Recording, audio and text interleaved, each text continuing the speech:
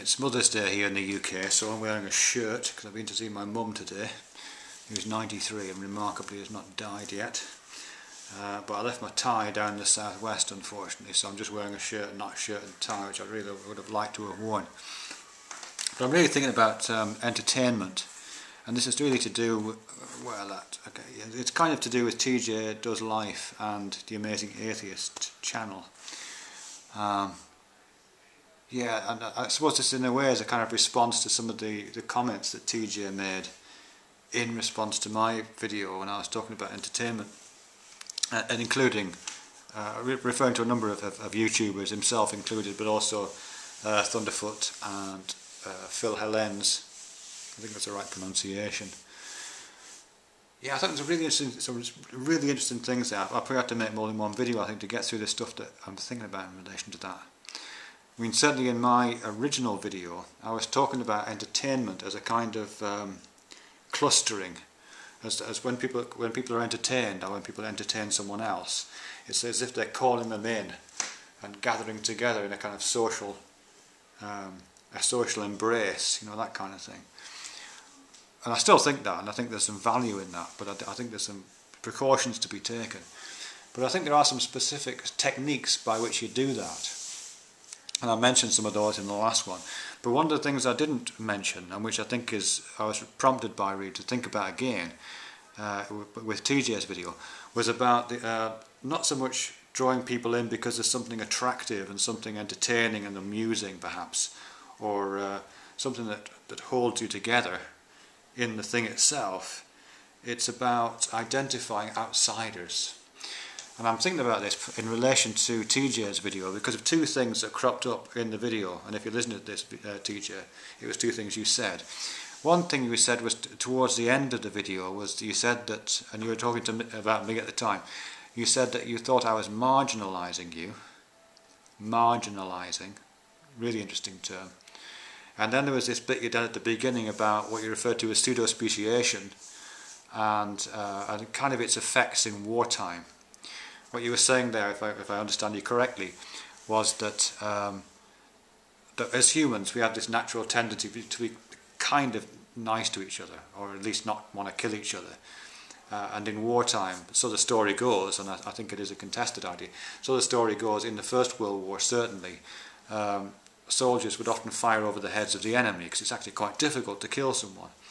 And what you were saying there was that one of the techniques that people use to allow their soldiers to kill the soldiers on the opposite army is by this thing that we call pseudo-speciation, which is to characterize the enemy as somehow subhuman. So you would say things about them which cast them outside of your tribe, which push them beyond the margins of your way of being, turn them into a subhuman, and at that point, you know, that kind of natural empathy is lost, and it becomes possible for us to kill one another. I think that's what you're getting at, and it's certainly something I've come across before. Although, as I say, I think this story of soldiers in the First World War lured, you know, deliberately firing over the heads, I've also heard that's a bit of a myth, but who knows. Okay, I think there's some really interesting things in there. Really interesting.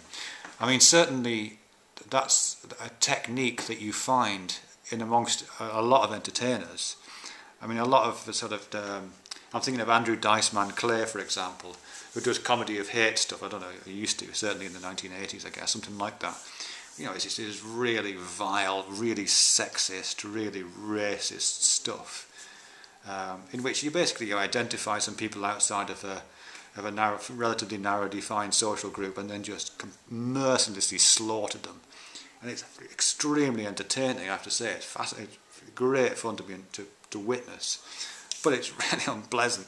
And it works by creating an entertaining group of people who are held together by their mutual dislike, you know, an artificially created mutual dislike, by their artificial dislike of someone else who's beyond the margins of acceptability. So Dice Man Clay was just brilliant at that, I thought, if you like that kind of thing.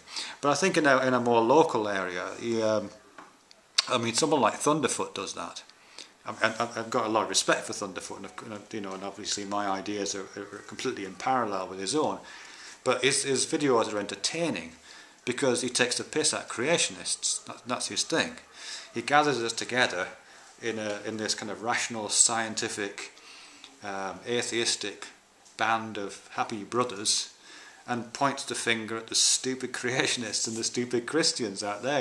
It's the comedy of the Colosseum. The Christians are thrown to the lions, and that's that's absolutely fine, because I find that terribly amusing. But it is that kind of entertainment. It's an entertainment born of exclusion and marginalisation, and what you would refer to as pseudo-speciation, where the Christians are reduced to subhumans, and then becomes fine to shoot them after that. So I don't think Phil Helens does that, actually. Who was the person I mentioned in my previous video, so I feel I should just cite him again. I don't think he does that. I don't think he's in that game.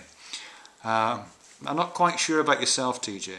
I'm not quite sure. I mean, certainly the Ponage videos, which I have to say are hysterical. The Ponage videos are very much that. I mean, they are about, singing whoever it is and mercilessly going for the throat. And we gather around your poning of that person, and kind of slap one another on the back at the hilarity of it. And it's a really successful strategy for a certain kind of entertainment. What else is to say about that? Yeah, I think there's some strange things about it. I mean, I want to just return to this thing about marginalisation, because you talk about... actually, just before I get to that, I just wanted to think about this thing about Thunderfoot. I think what I find interesting about Thunderfoot doing this Christian thing, where we all cluster around Thunderfoot and point fingers at the stupid creationists. It's brilliant, and I completely approve. But in a sense, he's inheriting Richard Dawkins' mantle, because Richard Dawkins did that fantastic talk on the TED Talk series, which was called An Atheist's Call to Arms. It's a military metaphor. You're getting people into your band of brothers, and it's a military band.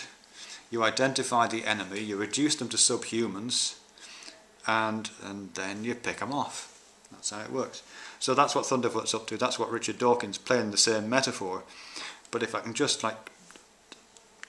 take on the opposition for a moment, it was quite interesting. I thought recently one of Jokup's videos. Jokup is a fundamentalist Christian, as I'm sure you know, and there was some kind of kerfuffle going on. I don't know what it was, between him and Sister Sunshine, who was another fundamentalist Christian. And Sister Sunshine had been cozying up to Brett Keane and his atheist sort of friends, and that was all a bit awkward. And then when Sister Sunshine became back friends with Jokup again, Jokup's response was really interesting. The phrase he used was, "Yeah, you're right over the target. You're over the target." Military metaphor. What he was doing there, as a representative of fundamentalist Christianity, Jokup was using exactly the same metaphor, exactly the same entertaining strategy of pulling in his fellow Christians, his wandering, slightly prodigal Christians like Sister Sunshine, pulling them in by identifying the atheists, the Brett Keane atheists, as the whatever you call these, the pseudo-speciation, less than human enemy. Put the military metaphor around it, and you can bomb the bastards. It's the same kind of thing. Fascinating. But just to return to your video for a sec. Two things you say. You say marginalise. I'm trying to marginalise you. I don't really know how I'd do that. If I was going to do that, that would be an example of using the same metaphor. Marginalise you, pushing you towards the margins, excluding you from the entertainment circle. It's not what I do, and I'm not interested in that. But I can understand why you might think I am, because you do use that metaphor. And the other thing you say, which I think is really interesting, quite early on in the video, you're talking about Gary in Men Them Do Not God. And you say, I don't know why anybody would talk to Gary. Because I talk to Gary, as you know. I don't know why anybody would talk to Gary. To me, that sounds very close to, I don't know why anybody would fire over the head of Gary. I think it's an example of pseudo-speciation, and trying to reinforce your entertainment prospects by identifying the subhumans who lie outside the charmed circle, beyond the margins, and draw your entertainment from that. Okay, that'll do for now. I've got some other stuff to say, but I'll make a separate video about that. Thanks very much.